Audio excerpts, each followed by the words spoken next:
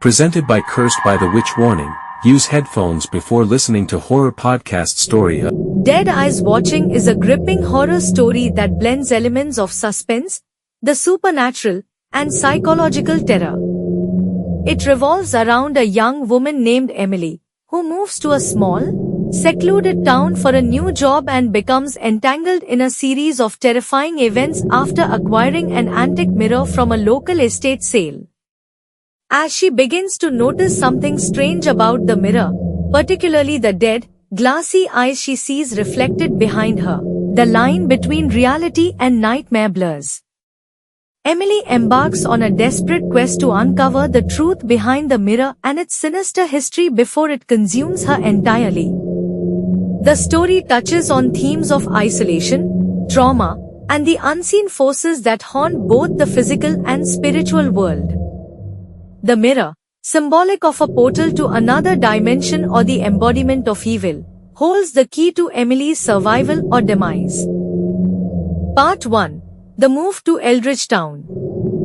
The story opens with Emily, a mid-20s graphic designer, moving to the small and isolated town of Eldridge to start a new chapter in her life. She recently lost her mother to a long illness and wants to escape the painful memories associated with her family home in the city. Eldridge offers a slower pace, a chance to focus on her work, and an opportunity to distance herself from her grief. Her new house is quaint but a bit rundown, located on the outskirts of the town. While unpacking, Emily notices a flyer for a local estate sale at the nearby Lockhart Mansion, an old but grand estate owned by the wealthy Lockhart family for generations. Intrigued and in need of new furniture for her home, she decides to visit the sale. At the estate sale, Emily feels an odd sense of dread as she enters the mansion. The house is filled with old, beautiful, but airy antiques. Among them, she finds an ornate, full-length mirror with intricate designs carved into the frame. The mirror is hauntingly beautiful, with a strange allure that Emily can't ignore. She purchases it on impulse and brings it home, placing it in her bedroom. Part 2. The First Signs of the Haunting. At first, Emily feels pleased with her new purchase. The mirror adds a touch of elegance to her otherwise plain bedroom. However, strange things begin happening shortly after its arrival. The temperature in her room drops at odd times, and she begins hearing faint whispers when she's alone, though she can't make out what they're saying.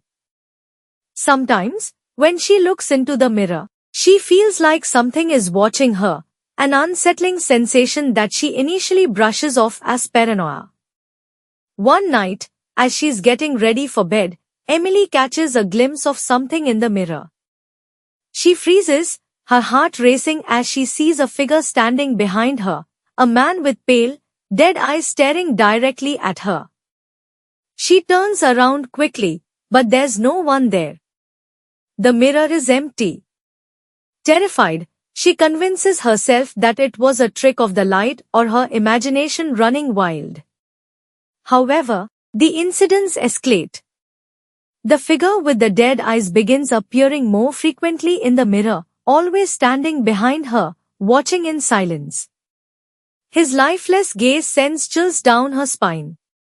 Even worse, she starts hearing knocks in the middle of the night, as though someone is tapping on the glass from the other side. Part 3. The Mirror's Dark History. Disturbed by these occurrences, Emily begins to investigate the history of the mirror and the Lockhart Mansion. She visits the town's library and learns about the Lockhart family's tragic past. The last owner of the mirror, a man named Victor Lockhart, was rumored to have gone mad before his mysterious death. Victor was known to have an obsession with occult practices, particularly those involving mirrors, which were believed to serve as portals to otherworldly realms. He was found dead in front of the mirror Emily now owns, his eyes wide open in terror, as though he had seen something unspeakably horrifying. Local legends suggest that the mirror is cursed, and whoever owns it is said to be haunted by the dead. The dead eyes that Emily sees in the mirror are believed to be the souls of those who were trapped by Victor's rituals.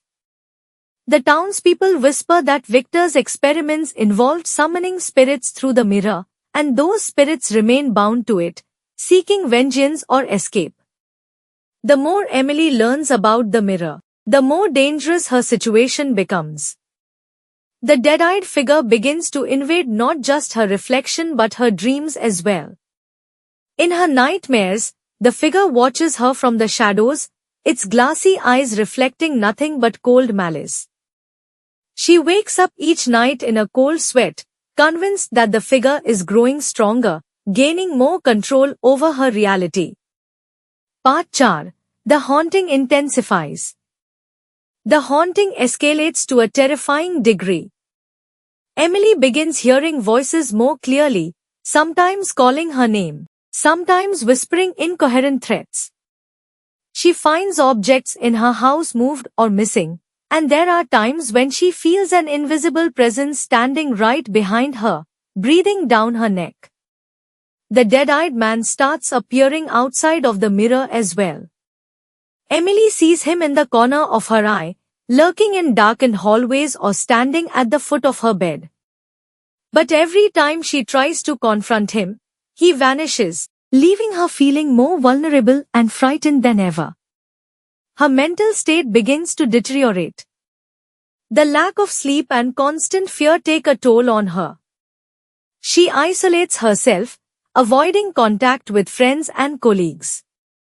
The townspeople, already wary of newcomers, begin to gossip about her strange behavior. She becomes convinced that the mirror is trying to trap her soul, just as it trapped the spirits before her. In desperation, Emily tries to get rid of the mirror.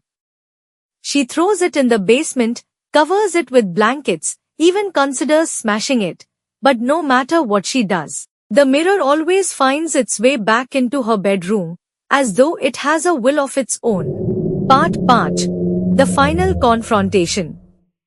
Realizing that she can't simply escape the curse, Emily decides to confront the entity in the mirror head-on. She recalls reading about a ritual used to break the connection between the physical world and the spirit world, but it's dangerous and could cost her her life. Nonetheless, she feels she has no choice. On a stormy night, Emily prepares for the ritual. She lights candles around the mirror and draws the necessary symbols in chalk on the floor, following the instructions she found in one of Victor Lockhart's old journals. As she begins chanting the incantation, the mirror begins to vibrate, and the temperature in the room drops drastically. The dead-eyed man appears in the mirror once again, but this time, he steps out of the glass. The room is plunged into chaos. The figure reaches for Emily, his cold, dead eyes locking onto hers as though he's trying to pull her soul into the mirror. The voices of the trapped spirits grow louder, screaming in pain and anger. Emily feels herself being pulled toward the mirror, her reflection distorting and twisting as if it's trying to swallow her whole. In a moment of clarity, Emily grabs a heavy object and smashes the mirror, breaking it into countless shards. As the glass shatters, the dead-eyed figure lets out a deafening scream and vanishes, along with the voices. The house falls silent, and the temperature returns to normal. Emily collapses to the floor, exhausted but alive. Part 6. The Aftermath. Though the mirror is destroyed, Emily's life is forever changed. She moves out of the house, leaving Eldridge behind, but the memories of the haunting linger. She can't shake the feeling that the dead-eyed man is still watching her, waiting for another chance to return. At times, she catches glimpses of movement in reflective surfaces, windows, puddles, even her phone screen, but when she looks again, there's nothing there. The story ends on a chilling note. While Emily may have broken the mirror, she hasn't escaped the curse entirely. The dead eyes still watch her, silently, from the shadows, and she knows it's only a matter of time before they find her again. Conclusion. Dead Eyes Watching is a deeply unsettling horror story that combines psychological tension with supernatural horror. The cursed mirror, the dead-eyed figure, and the eerie small-town setting create a narrative that keeps readers on edge, questioning what is real and what is a product of Emily's unraveling mind. The story's haunting conclusion leaves readers with the unsettling thought that even if you break the mirror, some reflections never fade. Thank you for watching. Just like and subscribe.